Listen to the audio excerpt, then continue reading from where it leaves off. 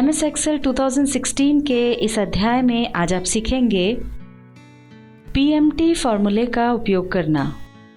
आजकल लोग कार खरीदने, घर खरीदने, बच्चों की पढ़ाई इत्यादि के लिए लोन लेते हैं और उस लोन को चुकाने के लिए हर महीने कुछ किश्तें देते हैं।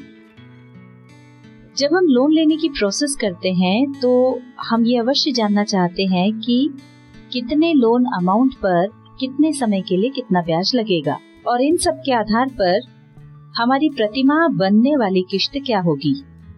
किश्तों का अमाउंट पता करने के लिए PMT फंक्शन का उपयोग किया जाता है। आइए देखते हैं इसका उपयोग कैसे किया जाता है। मान लीजिए हमने 30 लाख का होम लोन 14.5% सालाना ब्याज पर 15 साल के लिए लिया है और इसके लिए 5 लाख रुपए का डाउन पेमेंट भी दिया है। अब यहाँ EMI निकालने के लिए PMT फॉर्मूला टाइप करते हैं। इक्वल टू के साइन के बाद टाइप करेंगे PMT। अब ओपन ब्रैकेट लगाएंगे।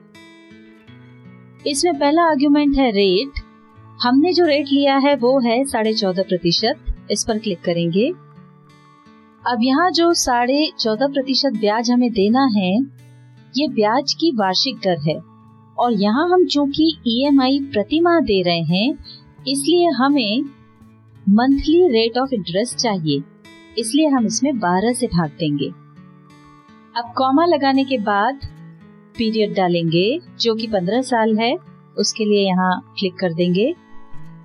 अब हम इसमें 12 से गुणा करेंगे क्योंकि हम 15 वर्ष तक 12 किश्तें प्रति वर्ष देने वाले हैं।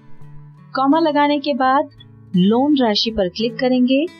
हमारी प्रेजेंट वैल्यू 30 लाख रुपए है, उसमें से हम 5 लाख डाउन पेमेंट कर रहे हैं, इसलिए प्रेजेंट वैल्यू को सिलेक्ट करके माइनस का साइन लगाकर डाउन पेमेंट को सिलेक्ट करेंगे।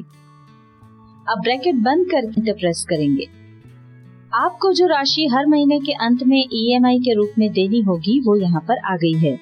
इस राशि के आगे डॉलर का निशान आ रहा है। इसका फॉर्मेट बदलने के लिए कॉमा स्टाइल पर क्लिक करें। ये देखिए हमारी हर महीने की किश्त अब 34,137 रुपए और 52 पैसे आ रही है जो कि हमें हर महीने के आखिर में देना होगी। यदि आप महीने के शुरू में EMI भरना चाहते हैं तो EMI में कितना परिवर्तन होगा वो देखने के लिए हमने यहाँ पर इस डेटा को कॉपी कर लिया है। अब हम फॉर्मूला लगाकर देखते हैं। यहाँ पर हमने इक्वल टू का साइन लगाया। अब हम टाइप करेंगे PMT। अब ब्रैकेट लगाएंगे। अब ले लेंगे रेट, इसको हमने 12 से भाग दे दिया। कॉमा लगा के पीरियड, इसको 12 से गुणा करेंगे, फिर कॉमा लगाएंगे। अब हम प्रेजेंट वैल्यू में से डाउन पेमेंट को माइनस कर देंगे। अब यहाँ पर ये फ्यूचर वैल्यू पूछ रहा है, ये ऑप्शनल है, इसलिए हम यहाँ पर 0 टाइप करेंगे। अब कॉमा के बाद यहाँ पर टाइप में हम 0 या 1 ये चुन सकते हैं। अगर हम 0 चुनेंगे तो ये महीने के अंत में कितनी किश्त हमको भरना है ये पता चलेगा, जो कि हम पहले ही कैलकुलेट कर चुके हैं। चूंकि हम चाहते हैं कि महीने के शुरू में अगर हमको किश्त भरना है तो वो कितनी बनेगी, इसलिए हम यहाँ पर 1 चुन रहे हैं और अब हम एंटर प्रेस करेंगे। यहाँ पर डॉलर का निशान आ रहा है, इसलिए कॉमा स्टाइल पर क्लिक करके हम इसका फॉर्मेट बदल देते हैं। ये देखिए महीने के शुरू में EMI देने से आपकी EMI कम हो जाएगी। अब आपको केवल 33,729 रुपए और 95 पैसे देना होंगे। फॉर्मूला लगा देने के बाद अगर आप इन वैल्यूज में कोई भी चेंज करते हैं तो अपने आप EMI का अमाउंट चेंज हो जाएगा। मान लीजिए हमने प्रेजेंट वैल्यू 30 की जगह 31 लाख कर दी और अब जैसे ही एंटर प्रेस करेंगे तो ये देखिए EMI चेंज होकर के यहाँ पर आ गई है।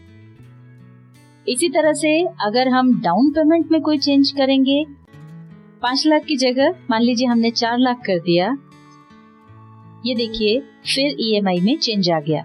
इसी तरह से अगर आप नेट पीरियड चेंज करेंगे, मान लीजिए हमने नेट पीरियड को 15 की जगह 20 साल कर दिया, तो ये देखिए फिर EMI चेंज हो गई है। इसी तरह से किसी भी वैल्यू में अगर आप कोई चेंज करेंगे तो EMI में अपने आप चेंज आ जाएगा।